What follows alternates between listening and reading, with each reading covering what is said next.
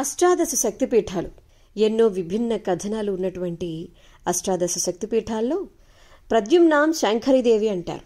ఇప్పటికీ కూడా ఏ ఆలయం లేనప్పటికీ మాఘమాసంలో మేళతాళాలతో ఉత్సవాలు అద్భుతంగా జరిగేటువంటి ఈ శక్తిపీఠాన్ని గురించిన కథలోకి వెళ్ళిపోదాం. త్రేతాయుగంలో ఋష్యశృంగ మహర్షి శృంఖలాదేవిని ప్రతిష్ఠించినట్టుగా కథనం. పూర్వం వంగదేశాన్ని రోమనాథుడు అనేటువంటి రాజు పరిపాలిస్తూ ఉండేవాడు. రాజ్యం సస్యశ్యామలమై ఉండేది. అయితే ఒకసారి తీవ్రమైన కరువు పరిస్థితులు ఏర్పడి ప్రజలు విలువెల్లాడిపోతూ ఉండగా కరువును గురించి తీవ్రమైన ఆలోచనలు చేసినటువంటి రోమపాదుడు ఋష్యశృంగుని గురించి విన్నాడు. ఋష్యశృంగుడు ఎక్కడ కాలు మోపితే అక్కడ సస్యశ్యామలం. ఈ విషయం గురించి తెలుసుకుని అతన్ని తీసుకొచ్చేందుకు కొందరు యువతుల్ని పంపిస్తాడు. ఎన్నడూ ఆశ్రమం వదిలి బయటకు వెళ్లని మునికుమారులను మినహా ఎవ్వరిని చూసి ఎరుగని ఋష్యశృంగుడు మొత్తానికి తన పాదం మోపడంతో వంగదేశాన్ని చేరిన వెనువెంటనే వర్షాలు కురిసి రాజ్యం సస్యశ్యామలమైపోతుంది. అక్కడి కరువంతా పోతుంది.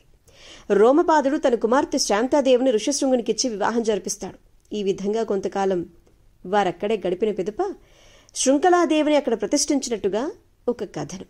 అయితే శృంఖలము అంటే సంకెళ్ళు అనేటువంటి అర్థం కూడా ఉంది. ఇంకొకటి బాలింతల నడుము కట్టుకునేటువంటి గుడ్డను కూడా శృంఖల అంటారు. ఇక్కడ అమ్మవారు బాలింతల నడుముకు గుడ్డ కట్టుకుని దర్శనమిస్తారు. అమ్మవారి యొక్క కడుపు భాగం ఇక్కడ ఉందని చెప్పి అంటూ ఉంటారు. ఏదేమైనప్పటికీ పురిటి బిడ్డల్లాగా తన భక్తులను రక్షించుకునేటువంటి కరుణాకల్పవల్లి శ్రీ శృంఖలాదేవి సతీదేవి ఉదయం పడినటువంటి ప్రాంతంలో వెలిసినటువంటి అత్యంత అద్భుతమైన శక్తిపీఠం శృంఖలాదేవి. అష్టాదశ శక్తిపీఠాలు పశ్చిమ బెంగాల్లోని హుగ్లీ జిల్లా ప్రాంతంలో ప్రద్యుమ్నంగా భావిస్తూ శృంఖలాదేవి ఆలయం ఎక్కడ ఉండేది అనేటువంటి విషయం సరిగ్గా తెలియనప్పటికీ కూడా కొందరు హుగ్లీ జిల్లాలోని పాండువ అనే గ్రామంలో కొలువు తీరి ఉన్నారు అని చెప్పి ఆ దేవియే శృంఖలాదేవి అని చెప్పి అంటూ ఉంటారు. పాండువ కలకత్తా నగరం నుంచి 80 కిలోమీటర్ల దూరంలో మనకి దర్శనమిస్తుంది.